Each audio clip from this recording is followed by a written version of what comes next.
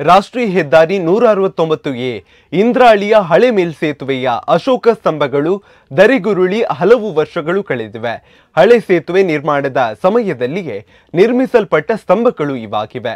ಶಿಥಿಲಗೊಂಡ ರಾಷ್ಟ್ರ ಲಾಂಛನದ ಅವಶೇಷಗಳು ಹೆದ್ದಾರಿಯ ಸನಿಹದ ಪೊದೆಗಳಲ್ಲಿ ಎಸೆದಿರುವುದು ಕಂಡುಬಂದಿದೆ. ಜಿಲ್ಲಾಡಳಿತ, ರಾಷ್ಟ್ರೀಯ ಹೆದ್ದಾರಿ ಪ್ರಾಧಿಕಾರವು ತಕ್ಷಣವಾಗಿ ಸೇತುವೆಗೆ ಅಶೋಕ ಸ್ತಂಭಗಳನ್ನು ಹೊಸದಾಗಿ ನಿರ್ಮಿಸಬೇಕೆಂದು ಉಡುಪಿ ಜಿಲ್ಲಾ ನಾಗರಿಕ ಸಮಿತಿಯ ಕಾರ್ಯಕರ್ತರಾದ ನಿತ್ಯಾನಂದ ಒಳಕಾಡು, ತಾರನಾಥ್ ಮೇಸ್ತಾ ಶಿರೂರು ಆಗ್ರಹಪಡಿಸಿದ್ದಾರೆ. ಭಾರತ ಸರ್ಕಾರವು 1950ರಲ್ಲಿ ಅಧಿಕೃತವಾಗಿ ಸಾರನಾಥದ ಅಶೋಕ ಸ್ತಂಭದ 4 ಸಿಂಹಗಳುಳ್ಳ ಲಾಂಛನವನ್ನು ರಾಷ್ಟ್ರೀಯ ಲಾಂಛನವಾಗಿ ಸ್ವೀಕರಿಸಿತು.